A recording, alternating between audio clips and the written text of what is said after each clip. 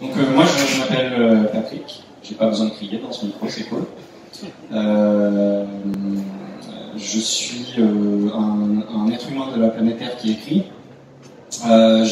Comme Christophe, j'écris depuis à peu près 15 ans maintenant. J'ai commencé par du polar. J'ai mon premier bouquin qui a été publié en 2007. Et ensuite j'ai enchaîné avec de la poésie. J'ai un petit parcours dans le roman noir après, 3 bouquins. Et en fait j'ai atterri en fantasy en 2018, pareil au Diable Vauvert, avec un cycle qui s'appelle le cycle de Sif. Voilà. Et dont le dernier est apparemment présent sur cette table.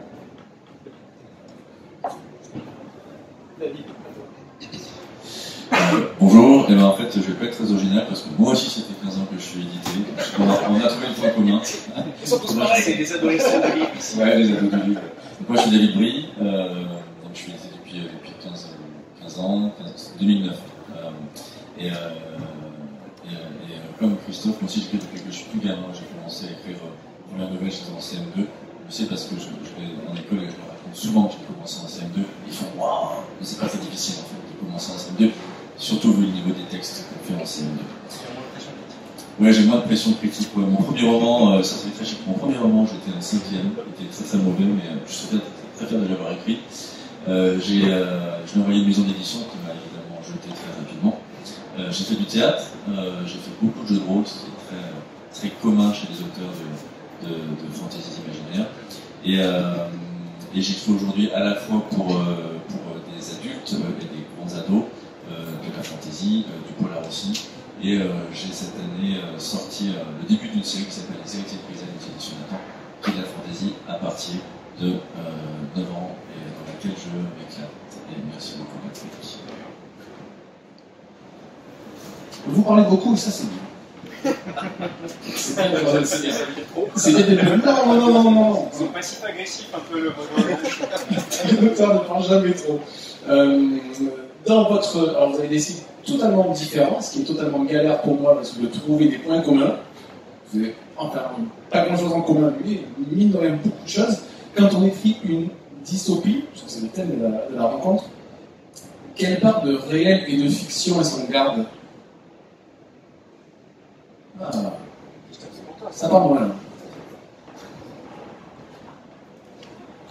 Ouais, déjà, je ne sais pas si j'écris une dystopie à proprement parler. On peut voir ça comme une dystopie, comme une chronique, comme une anticipation. Mais pour répondre à ta question, la part de réel chez moi est très très forte. Je me documente beaucoup. Dans féminicide particulièrement, je parle donc de féminicide, de trafic d'organes, de pédophilie, et pas mal des éléments que je cite, notamment les éléments chiffrés liés au trafic d'organes, sont le fruit d'une documentation. Ensuite, la part d'imaginaire et de dystopique, elle vient du fait que je place d'abord mon livre dans un monde imaginaire, même s'il est très proche du monde réel. En fait, ça se passe dans une ville qui s'appelle Novgorod, et qui est la capitale d'un État indépendant situé entre la Russie et l'Ukraine. Et bon, à part qu'il n'existe pas dans le monde réel, c'est vraiment sa seule part imaginaire, c'est-à-dire qu'elle est construite de façon très réaliste, très documentée, très creusée au niveau historique, politique, géographique, etc. etc. Tu as beaucoup de dates, beaucoup de lieux. Oui, et puis surtout beaucoup de dates et de lieux qui sont calqués sur le monde réel, c'est-à-dire que une partie du bouquin se passe pendant la chute de l'URSS, c'est pendant l'accès à l'indépendance des anciennes républiques socialistes soviétiques. Et donc là, je suis vraiment pas à pas les dates réelles pour les incorporer à mon truc. Et donc, pour en revenir à la question qui était... La part de réel, du coup, voilà. Oui. Après, il y a une part imaginaire qui est liée à mon intrigue, il y a des éléments fantastiques que j'incorpore, mais vraiment, la part de réel est conséquente. Moi, j'écris pas de dystopie pour le coup, c'est sûr. Du coup, je m'en vais. Je dirais, en fantasy, en fait, la part de réel, pour ma part, je vais un peu rejoindre Christophe sur l'aspect recherche. Moi, je m'appuie beaucoup sur les sciences humaines pour écrire ma saga. Je pense que j'ai une approche de ce genre qui essaye, ou en tout cas qui se veut,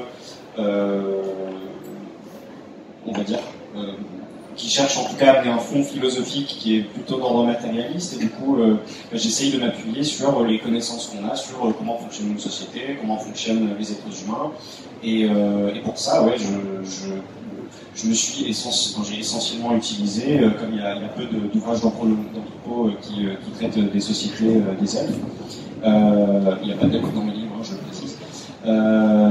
Du coup, j'ai plutôt lu ceux qui parlent de ce qu'on connaît, c'est-à-dire des êtres humains de la planète Terre. Voilà. Alors moi, j'ai fait une dystopie qui s'appelle 2087, qui est épuisée. Et Brizen, je pensais à ça tout à l'heure, c'est pas du tout une dystopie en tant que telle. Qu'est-ce qu'une dystopie? C'est quelque chose, c'est un monde qui a mal tourné. Le lien que je fais, et ça va revenir sur ta question, dans le monde des héritiers de Brizen, la magie a disparu. Et ça sera ma dystopie à moi. Parce que je crois que quand on écrit des dystopies, je pense que quand on écrit de cette manière, et quand on écrit des dystopies, on va parler des choses qui sont éminemment réelles, éminemment concrètes. On n'écrit que sur des choses qui nous animent, des choses qui nous révoltent, et des choses que l'on voudrait voir changer. Et la dystopie, c'est exactement ça, c'est complètement, absolument et fondamentalement ancré dans le réel. On parle de quelque chose qui va du féminicide, des éléments de société, des éléments philosophiques, ou des choses qui nous manquent dans le monde réel, et on va forcer imaginer un monde où il n'y a plus de magie, alors qu'on a marqué de la magie. Un monde où, comme dans 2087, les régimes font parquer dans les cités parce que là, le monde a été détruit, et il y a des gens qui ont muté avec des radiations, etc., qui sont dans les banlieues, et évidemment, ça ne parle que de notre monde d'aujourd'hui. La dystopie, c'est ça, pour des choses que l'on peut dénoncer en faisant juste un petit pas de côté. On imagine un pays qui n'existe pas pour dire, voilà, oubliez ce que vous connaissez du monde actuel. Restez pas là-dessus, on a trop d'idées préconçues dessus. On va vous proposer un monde qui est juste un petit peu à côté, et on va dénoncer, on va exposer notre histoire, parce qu'on essaie de dénoncer quelque chose. Et c'est en ça où, en s'appuyant, enfin, à mon sens, en s'appuyant sur le réel, on va construire nos dystopies pour porter les discours que l'on veut porter. Et je vais terminer là-dessus parce que, juste sur ce là-dessus, c'est que on a souvent, même si c'est en train de diminuer, eu cette idée, quand je dis bon, c'est pas nous, l'idée c'est que les littératures d'imaginaire, c'était des littératures pour enfants, mais pas que, et pas plus que notre littérature. On dénonce beaucoup de choses, la preuve en est, on parle de philosophie, la preuve en est, et même dans Brizen, où je parle de la perte de la magie, je crois que c'est l'une des choses les plus importantes dans le monde, et notamment quand on est enfant, mais aussi quand on a 48 ans, c'est de garder cette ouverture à la magie. La magie, c'est quoi? La magie, c'est les étoiles qui brillent dans le ciel, c'est le vent qui souffle, c'est l'automne avec les feuilles qui tombent dans le vent. Et ça, c'est de la magie, et c'est important de la garder quand on est enfant, et aussi quand on est adulte. Tu as répondu à peu près 12 questions sur 18. C'est bien. Moi, je répondrai. Oui, c'est bien répondu. Je ne saurais pas. Du coup, je parle quand même. Du coup, tu as parlé de la documentation, mais j'aimerais savoir encore plus à quel point vous vous documentez avant d'attaquer un récit. Est-ce que c'est quelque chose que vous faites au fur et à mesure, ou alors vous dites j'ai 7 idées de récit et je vais aller chercher des informations pour construire mon univers?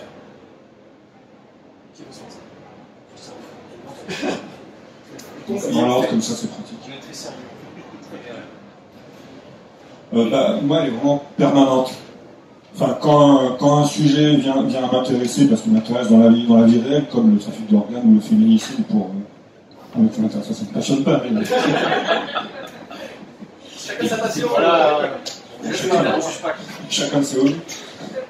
Non, enfin voilà, quand un sujet vient me préoccuper, évidemment, il prend une part centrale dans ma documentation, parce que une fois que je comprends que je vais écrire dessus, je vais me documenter de façon directe, en cherchant des bouquins qui en parlent, des films documentaires qui en parlent.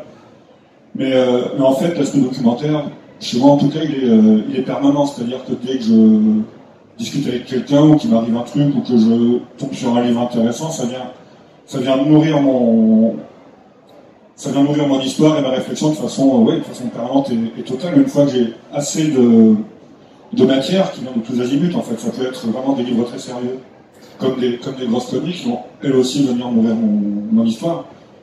À ce moment-là, je commence à écrire et à creuser dans cette matière. Et même dans ce moment-là, je continue à me documenter. En fait, Il n'y a pas vraiment de phase de documentation. Ouais, c'est une activité permanente, mais j'écrirai pas, ça fait pareil en fait. C'est-à-dire que je lis, j'apprends des trucs, et puis il y a des bouquins qui en sortent, mais c'est presque fortuit. Je ne serai pas écrivain, je me documenterai pareil. En fait, les tables rondes qu'on fait avec Christophe, elles sont très chiantes parce qu'on est généralement plutôt d'accord. Du coup, ouais, moi je dirais que c'est pareil. En fait, je pense que l'idée qui a toujours porté mes livres, c'est d'essayer de parler du monde dans lequel je vis pour employer les grands mots. C'est des livres qui sont politiques, quoi, qui s'assument en tant que tels, dans le sens noble du terme. Et du coup, tout ça découle d'une sorte d'accumulation d'informations préalables. Moi, je suis un être très curieux. J'aime découvrir des choses. En fait, j'aime le savoir d'une manière générale. Du coup, mes lectures en sciences humaines, par exemple, c'est pas des trucs que j'ai attaqués spécifiquement pour pouvoir écrire mes livres. Après, je pense que la documentation, pour le coup, par exemple dans le cycle de CIF, où j'ai peut-être d'autres exemples, j'ai fait 2 livres aussi à la manufacture dans une collection qui s'appelle Territory, qui est une sorte de nature writing à la francophone. En fait, dans ces bouquins-là, c'était souvent plutôt les aspects techniques que j'allais devoir mettre en scène, sur lesquels je faisais des recherches. Par exemple, je sais pas, dans les chiens de la charrue, j'ai eu à faire des recherches sur le déplacement en bateau sur les fleuves dans une société technologiquement proche de notre Moyen-Âge, par exemple. Donc en gros j'avais l'idée, mais j'avais pas envie non plus de raconter n'importe quoi. Et donc et ça, comment tu vas chercher toutes ces informations? Moi j'utilise beaucoup internet, clairement. Après, si j'ai des copains ou des copines, ou si ma bibliothèque comporte ma bibliothèque municipale par exemple comporte un bouquin qui peut m'intéresser, où il peut y avoir ces références-là que je cherche, j'y vais. Après souvent c'est très pointu, quoi. Du coup c'est vrai que c'est on va dire Internet, j'utilise pour vraiment les trucs très pointus où tu peux tomber sur un doctorat obscur d'un gars passionné par les bouchons entre 1680 et machin. Et du coup ça c'est pratique, mais ça tu vas pas le trouver dans ta bibliothèque, quoi. Donc voilà, c'est une sorte de... J'essaie de faire des compromis entre mes... Et toutes ces informations, vous les synthétisez comment? Tu veux dire, est-ce qu'on a un logiciel concrètement je sais pas, moi c'est mon cerveau qui fait ça tout seul. Ouais, il enregistre. À partir du moment où moi une info m'intéresse, en fait, je sais pas pourquoi elle reste. Voilà, ouais, non, effectivement, j'ai pas de méthode de synthèse. Peut-être le seul truc que je fais, c'est du coup en fantasy, comme je suis tenu de développer un univers entier. Il y a des moments où je suis un peu obligé de décharger le disque dur ou de moins de figer certaines choses, et donc là je vais le concrétiser sur le papier, le poser, comme ça je peux m'en servir pour à titre de référence future. Mais à part ça, ça reste c'est vraiment vocal, quoi. Tu procèdes de la même manière?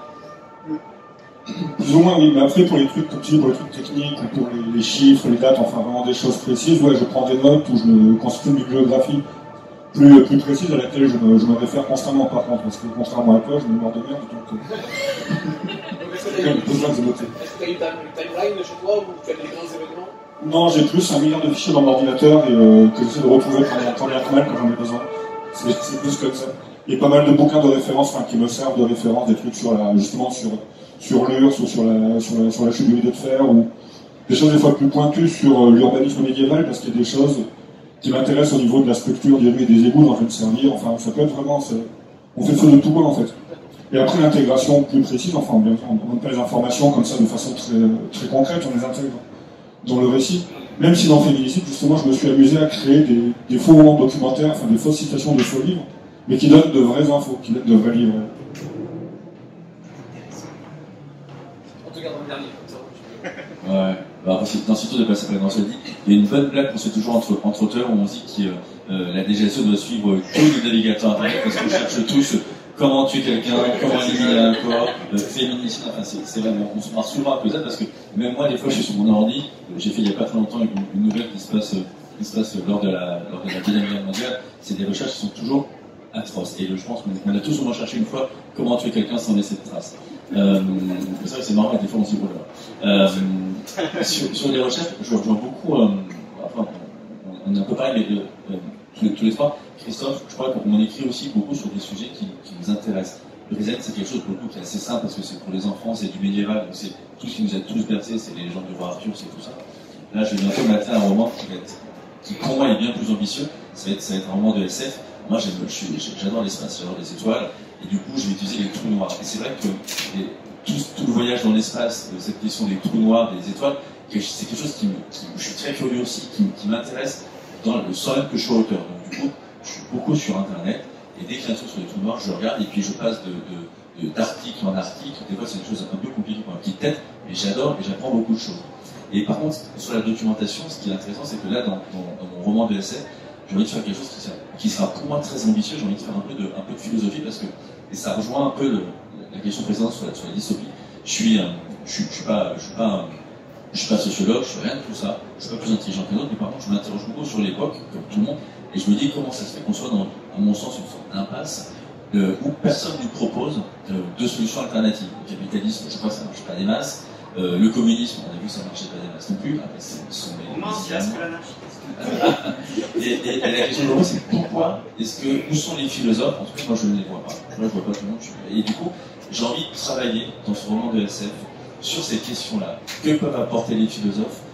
Et du coup, c'est quelque chose que moi, je ne connais pas. Et là, j'aurai besoin de me documenter. J'aurai besoin de lire, d'apprendre. Du coup, j'aurai beaucoup de travail. Et c'est en ça que c'est quelque chose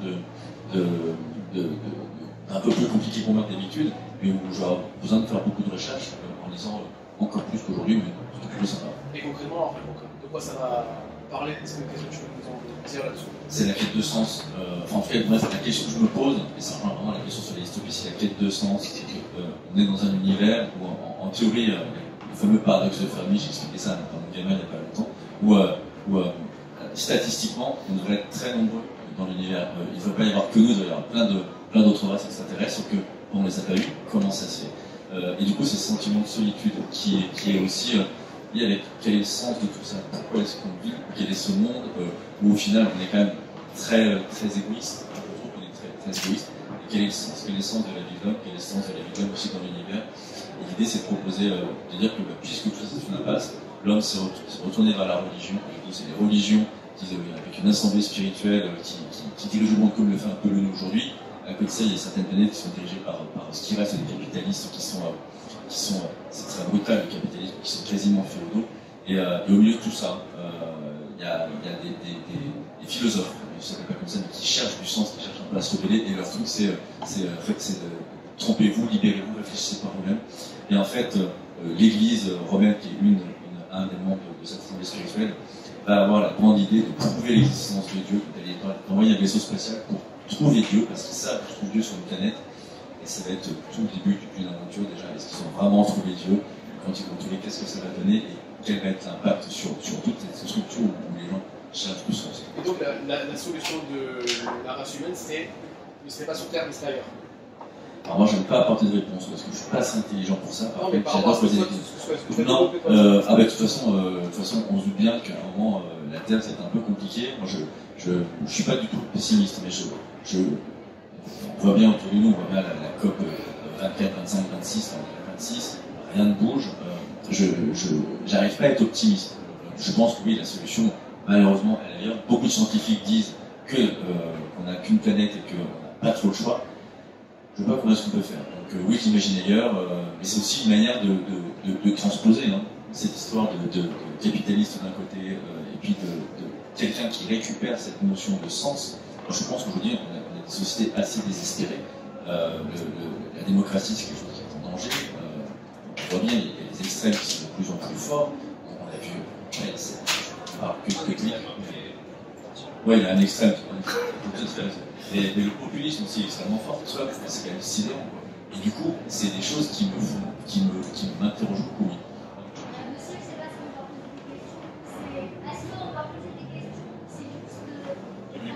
Alors, oui, il y aura des questions pour vous si vous voulez. Moi, j'ai consacré 10 minutes à la fin de la séance. D'accord.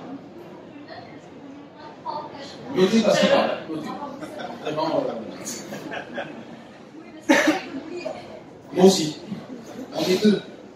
J'en suis. Vas-y, si tu veux finir. Non, mais je peux parler quand c'est. On reprend. Pas mal. Pas mal. Christophe, tu as parlé de dystopie et d'uchronie. Je comprends ça. Est-ce que forcément alors, la dystopie, cet univers un peu sombre que vous décrivez, est-ce qu'il mène forcément à une uchronie, quelque chose de plus lumineux, ou forcément vous allez du sombre vers le très sombre? Qu'est-ce qui vous intéresse dans le récit?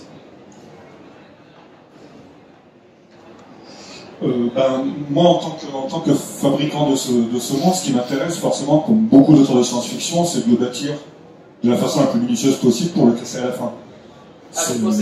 Ouais, non, parce que le casser, ça peut être aussi ouvert vers une résolution très lumineuse. Mais en tout cas, ça passera forcément par une sorte de crise ou de catastrophe qui fait que, dans le récit, c'est intéressant dramatiquement, mais surtout, enfin, je pense qu'on est tous pareils, on a toujours eu l'ego. Le plus intéressant quand on a fabriqué son truc, c'est de le péter en morceaux et de faire autre chose ensuite. Ouais. Donc, mais après, j'ai pas de vision morale qui voudrait me pousser à faire une conclusion soit très négative, soit très positive. Et d'ailleurs, à l'heure actuelle, bon, le cycle des Chroniques de Merveille Goroth comptera environ 8 tomes, et j'ai pas une idée encore très claire de la résolution. Je sais comment ça va se finir, disons sur le plan des événements, mais je sais pas si ça sera une bonne ou une mauvaise fin. J'ai pas encore du tout cette idée-là. Donc ça, on verra que c'est le plus important pour moi. Tu peux intervenir si tu veux, mais c'est sujet. La fin du livre de Christophe, c'est pas exactement le moment. c'est parmi. Non, la question c'était est-ce que vous bâtissez des univers sombres pour les améliorer, ou à l'inverse, comme Christophe, donc c'est votre référence sombre, ou est-ce que tu préfères la... Ok, écoute, moi je pense que j'ai bâti l'univers que j'ai bâti parce que c'est une métaphore du monde qu'on habite.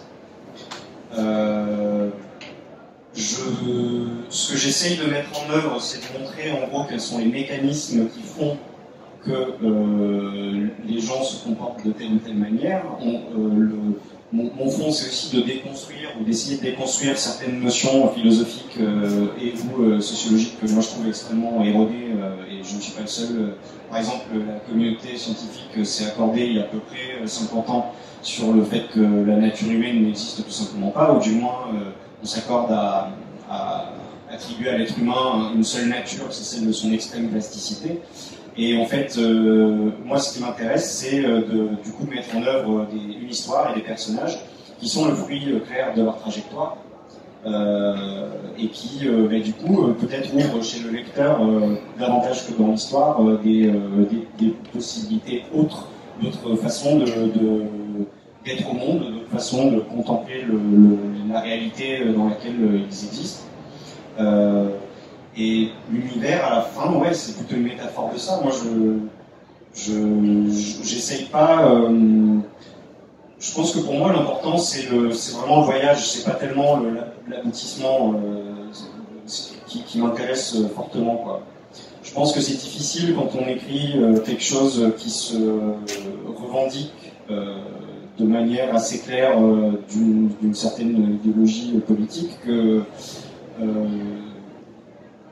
de faire d'une propagande trop grossière, en fait, de faire une happy end parce que ce serait ça la solution. Moi, je prétends pas détenir de solution. Ce que je prétends détenir, c'est des convictions.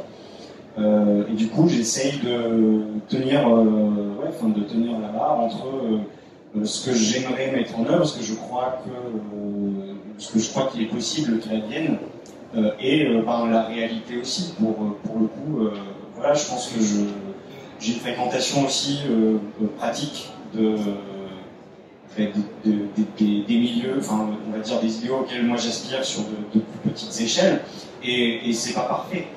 Et ça, je digresse complètement, ça fait partie d'une des idées que j'essaye aussi de déconstruire, c'est notre rapport extrêmement chrétien au temps, et au fait en gros, on va percevoir un idéal social comme étant désirable seulement s'il est pérenne dans l'éternité. Ça, c'est un truc qui est vraiment hérité du sous-texte social dans lequel on vit, qui vraiment un sous-texte, qui est le sous-texte du mythe chrétien, quoi.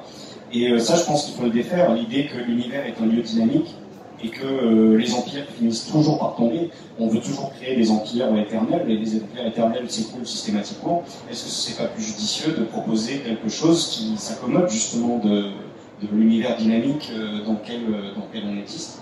Ça fait partie aussi des trucs que j'essaie de faire. Là, je suis complètement hors sujet.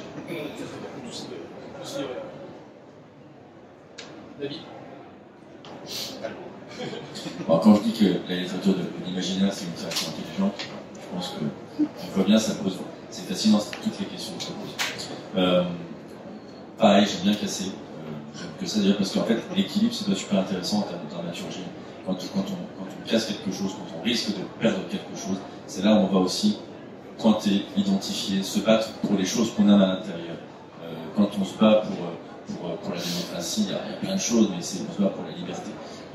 Et quand on casse quelque chose, du coup, on va avoir ce sentiment de perte, et on va se battre pour, et aussi le sentiment de quête. Vers quoi est-ce qu'on aspire, vers quoi est-ce qu'on veut aller. Et c'est ça qui est vachement intéressant quand on casse les choses, et cette dramaturgie, elle a, à mon sens, vraiment là pour ça, et c'est ça aussi qu'on veut dire. C'est qu'une question de valeur derrière.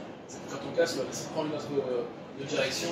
Oui, et puis du coup, ça veut dire, si on casse, c'est qu'est-ce qu'on va perdre, et qu'est-ce qu'on veut gagner. Et c'est ça qui est c'est très lié à la vie, hein. L'équilibre, je trouve ça mortifère, c'est que si on est dans une stase, ça rejoint un peu ce que tu dis, si on est dans une stase où tout va bien, enfin, excusez-moi, moi je me tire une balle, je déprime, il n'y a plus de mouvement, je crois que, enfin, à mon sens, le mouvement c'est aussi la vie, c'est réfléchir, c'est évoluer, c'est grandir, c'est apprendre, et cette dramaturgie du fait de casser quelque chose, honnêtement, c'est pas simple, hein, mais il faut toujours se réinventer, rechercher quelque chose, et puis je crois qu'on est aussi vraiment tous là-dedans, c'est toujours être le mieux possible, la meilleure personne possible, avec cette quête de meilleure société possible. Est-ce qu'elle doit être figée? Je ne crois pas non plus qu'elle doit être figée, il faut qu'elle bouge parce qu'on bouge, il faut bien que le monde bouge de vitesse sidérante. Je voulais juste rebondir par rapport à ça, pour vous filer une petite piste de réflexion si vous en avez envie, c'est qu'en fait, ce dont vient de parler David à l'instant, c'est et qui se rattache en fait vraiment à la structure narrative, à comment fonctionnent les histoires telles que nous les avons apprises, enfin en tout cas telles que nous sommes habitués à les recevoir. Il y a une autrice qui commence un peu à percer maintenant, qui s'appelle Ursula Le Guin, qui a écrit une théorie là-dessus, moi je trouve personnellement extrêmement intéressante, sur une notion qui s'appelle la fiction panier, qu'elle oppose en fait, en gros, elle raconte quelques réalités un peu difficiles à défaire autour de la notion même de qu'est-ce que c'est une histoire. Et en gros, l'exemple qu'elle donne, c'est que dans une société du Paléolithique, par exemple, celui qui part, qui va chasser un mammouth, il part avec sa lance, il y a une chasse, une traque, un aboutissement, il y a de l'action, il se passe des trucs, c'est dynamique. Mais en fait, c'est pas lui qui tient la société. Les gens qui tiennent la société, c'est les gens qui partent avec les paniers. Et les gens qui partent avec les paniers, malheureusement, leur histoire, c'est j'ai cueilli une baie. Ensuite, j'ai vu une autre baie et j'ai recueilli une baie. Et après, j'ai continué, j'ai vu des baies, je les ai cueillies. En fait, son histoire, en soi, elle est vitale, mais elle est hyper chiante. Et du coup, ce qu'on finit par retenir de quelle façon nos histoires doivent se matérialiser dans le monde. On est toujours en gros du côté de la lance, alors que peut-être qu'on devrait songer, essayer de, malgré la chiantise que c'est à raconter, essayer de temps en temps d'aller regarder du côté qu'est-ce qui se passe chez les paniers, quoi. Tu vas rajouter quelque chose? J'aimerais qu'on parle de vos personnages, parce qu'on a parlé de la manière dont vous construisez vos univers, la documentation, et des fois chez les auteurs sont un peu prisonniers de leurs personnages. Et je voulais savoir si c'était votre cas aussi. Est-ce que vous mettez simplement je schématise, des personnages dans un récit et après c'est vous qui suivez, ou alors vous les mettez dans des rails, vous les obligez un peu à faire ce que vous souhaitez. Qui se lance? Dans mes bouquins, c'est moi le patron. Voilà, j'ai tout dit. Après, c'est une façon de faire. je suis assez autoritaire là-dessus. Alors, il y a plein de manières d'écrire différentes. Et moi, je suis de ceux qui imaginent toute l'histoire avant d'écrire. Je ne peux pas commencer à écrire un roman tant que je ne sais pas comment il se termine. Et après, je structure chaque chapitre. Et du coup, les personnages qui sont fondamentaux pour une histoire aussi extraordinaire sur le texte, c'est des personnages pourris, elle sera nulle. Il faut des personnages géniaux, mais ils sont là pour servir un récit, pour servir ce que j'ai envie d'expliquer, de partager, plus que d'expliquer.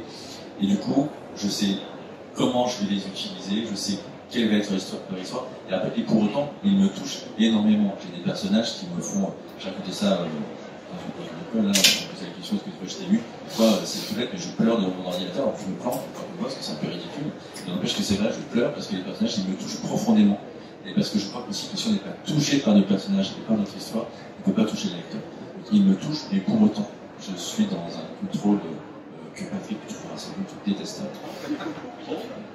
Non, je suis totalement. Je te rejoins là-dessus. En fait, je pense qu'à partir du moment. Enfin, moi, du coup, mais comme je n'arrête pas de le répéter depuis tout à l'heure, j'écris des histoires pour une raison. Du coup, elles sont également conçues à l'avance. Je sais pourquoi chaque personnage existe et en fait, quel est le rôle qu'il joue dans l'espèce de je ne sais pas, de parabole que j'essaye d'écrire. Et donc. Après, je pense qu'il y a aussi. J'essaye aussi de me laisser une place un peu organique là-dedans. C'est par exemple dans le cycle, en gros, on suit l'histoire d'un personnage qui est à la fois le narrateur et à la fois le personnage. Donc, en gros, c'est des sortes de mémoires, quoi. Et moi, ma marge de manœuvre là-dedans, enfin la part d'organique, en fait, où je laisse un peu vivre le personnage, c'est qu'en gros, je connais les événements, mais je ne sais pas toujours de quelle manière le narrateur va décider de les raconter. Et du coup, ma part de comment dire, le grappin que le personnage il va avoir sur moi, c'est celui-là en fait. C'est pas tellement même le grappin du personnage, c'est plus le grappin du narrateur, où je me suis retrouvé à plusieurs reprises dans le cycle à me dire il y a un truc qui cloche, à réécrire des chapitres et ça fonctionnait pas, il se passait rien. Et du coup,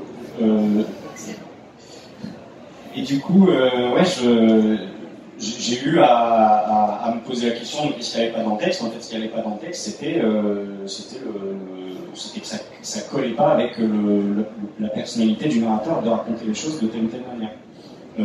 Un passage que j'avais prévu, par exemple, de traiter en ellipse, j'ai fini par m'apercevoir que ça collait pas avec la manière dont le personnage veut restituer sa trajectoire. Et de la même manière, un passage où vraiment il vit des trucs pas chouettes du tout, que j'ai voulu écrire, une fois, 2 fois, 3 fois, 4 fois, ça marchait pas. En fait, ce qui calait pas, c'était avec le nom, c'est pas la personnalité du perso, quoi. Il aurait pas envie de raconter ces choses-là. Et du coup, je le fais dire, aussi qu'il est assez honnête avec les gens qui le lisent, quoi. Quand il dit, là j'ai vécu des trucs pas ouf, j'ai pas envie de les raconter, il le dit. Donc c'est ma porte de sortie, elle est là. Voilà. Après, pour le coup, on cohabite très bien. J'ai eu des personnages avec lesquels ça s'est beaucoup moins bien passé. Mais si, comme je savais qu'on allait travailler ensemble pendant vraisemblablement une vingtaine d'années, on va dire que voilà, il y avait besoin d'avoir une certaine entente. Donc on se ressent pas mal, lui et moi. On a nos divergences, mais je crois que je comprends où elles interviennent et du coup ça va, j'arrive à les gérer. Ça fonctionne. Voilà, ça fonctionne. Moi, c'est pas tout à fait pareil. Enfin, je pense que je laisse une grande place dans la rédaction de mon premier jet aux personnages et à l'improvisation de leurs actions, de leurs réactions. Parce que je vois ça comme un ensemble de systèmes, en fait. Le premier système, c'est le décor, c'est le background, qui est un ensemble de règles sociales, économiques, historiques, géographiques, tout ce qu'on veut. Deuxième système, c'est en gros l'histoire que je veux raconter, qui est plus qu'une histoire, une succession de situations, de causes et de conséquences qui sont à ce stade-là reliées par rien, c'est juste des idées assez abstraites en fait. Et le troisième système, c'est donc les personnages, que à la fois je connais très grossièrement au moment où je me lance dans l'écriture, mais que je vais en fait découvrir au fur et à mesure que je vais raconter mon roman. Et si l'ensemble de ce bordel-là est correctement fabriqué, les personnages vont agir par eux-mêmes en fait, c'est-à-dire que les règles ayant été correctement établi, tout va fonctionner. Les personnages vont agir logiquement selon leur propre logique, qui n'est pas forcément la mienne, qui n'est pas non plus forcément celle du récit. Et chemin faisant, ça va s'harmoniser pour produire l'histoire au final. Et d'ailleurs, quand je rate un bouquin, c'est-à-dire quand à la moitié je suis dans une impasse et je suis contraint de l'abandonner, c'est parce que justement un de ces éléments n'a pas été correctement mis en place et du coup la manœuvre ne prend pas, quoi, ça fonctionne pas. Mais c'est quand même au bout du compte le personnage, surtout sa voix et sa langue et sa psychologie aussi, même si j'aime pas ce terme, qui gouverne le récit avant toute chose. Donc à l'inverse, c'est toi, tu suis le mouvement. Ouais, moi je relate ce qui se passe en fait. D'accord. Ouais. En fait, ouais, je lance une espèce de simulation qui se déroule sans moi et moi je note. Ouais. Oui, vous savez. Juste une question encore sur les personnages, mais ça peut être aussi valable pour nous. Vous faites passer des épreuves aussi bien physiques que psychologiques à vos personnages. Est-ce que c'est une manière pour eux de se révéler et est-ce que c'est aussi valable pour nous? C'est dans les épreuves qu'on se révèle et qu'on grandit. Allez, vas-y, fais Non. Bah, moi non, parce que je ne vois pas en ces termes, je ne vois pas ni la vie, ni le récit que j'écris, sous la forme d'une espèce de courbe de progression où on aurait des épreuves qui nous attendent, qu'on devrait franchir ou pas franchir. Je vois ça de façon beaucoup plus à la fois linéaire et aléatoire. Il nous arrive des trucs, on réagit, ça entraîne d'autres trucs, mais que ce soit dans la vie que je observe ou dans les récits que je veux raconter, il n'y a pas de dessin général. Enfin, les personnages n'ont pas une courbe comme dans les séries télé où ils vont devenir telle chose ou développer certains caractères moraux, etc. Ça ne m'intéresse pas du tout.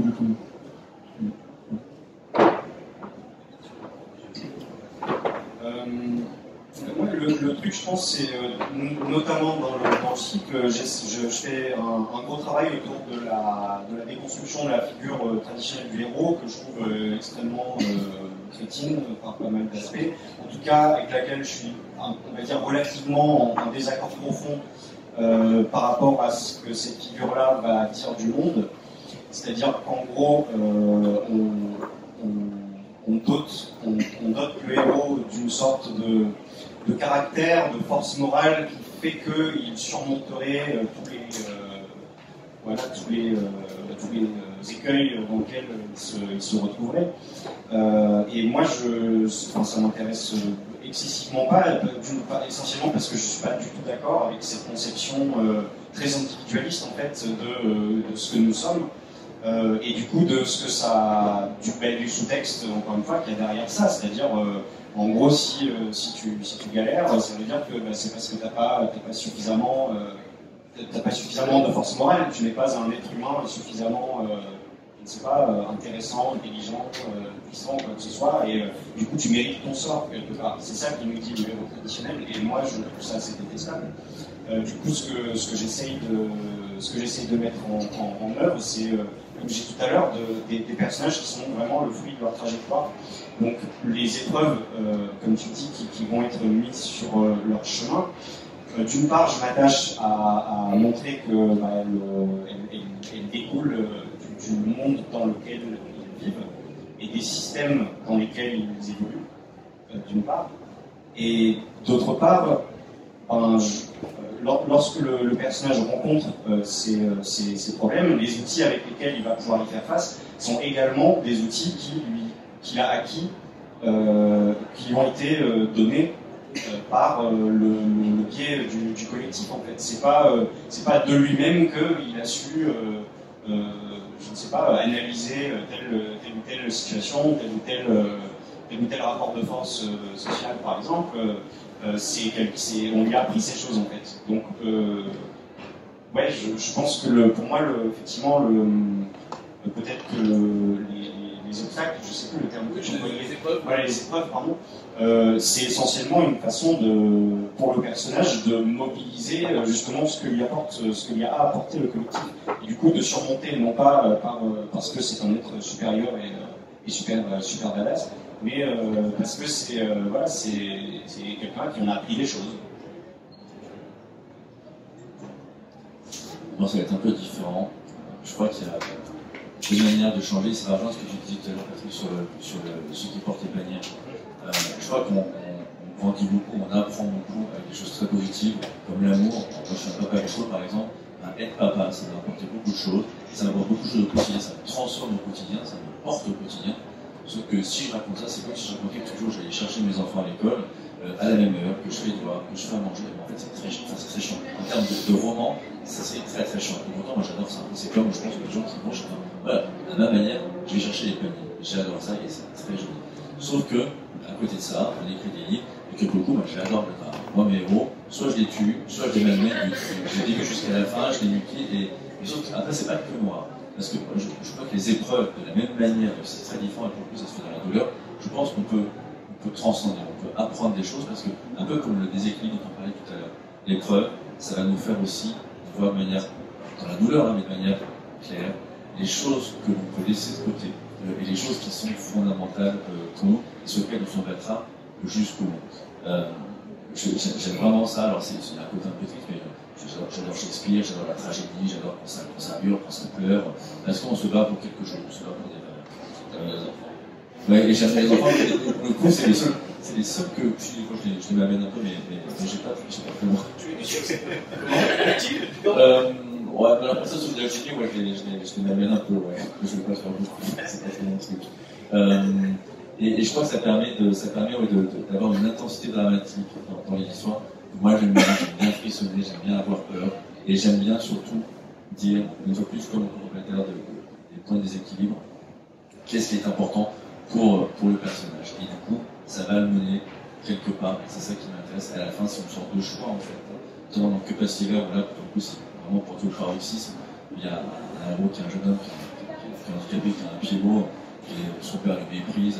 Et en fait, il va s'en prendre plein la tête tout au long du roman. C'est terrible, hein, je dis ça, s'en prendre plein la tête, c'est un côté marrant, mais le pauvre, c'est terrible pour lui. Et il tient. Et pourquoi est-ce qu'il tient tous ces drames? C'est parce qu'il y a quelque chose qui, pour lui, est plus fort que tout, le plus important que tout, c'est la poésie. En fait, la poésie, c'est ce que je disais tout à l'heure, c'est être présent dans ce monde-là, c'est un lever de lune sur une forêt. Enfin, c'est des choses qui peuvent être fondamentales et qui peuvent sauver quelqu'un et qui peuvent aussi sauver le monde. Il y a d'ailleurs un livre très génial qui s'appelle Vivonne, qui raconte comment un poète sauve le monde, c'est passionnant. Voilà. Pour revenir sur la question, oui, j'ai torture, oui, il y a des épreuves, parce que je pense que en tout cas, c'est ce que moi j'aime lire, et du coup, c'est aussi ce que j'aime.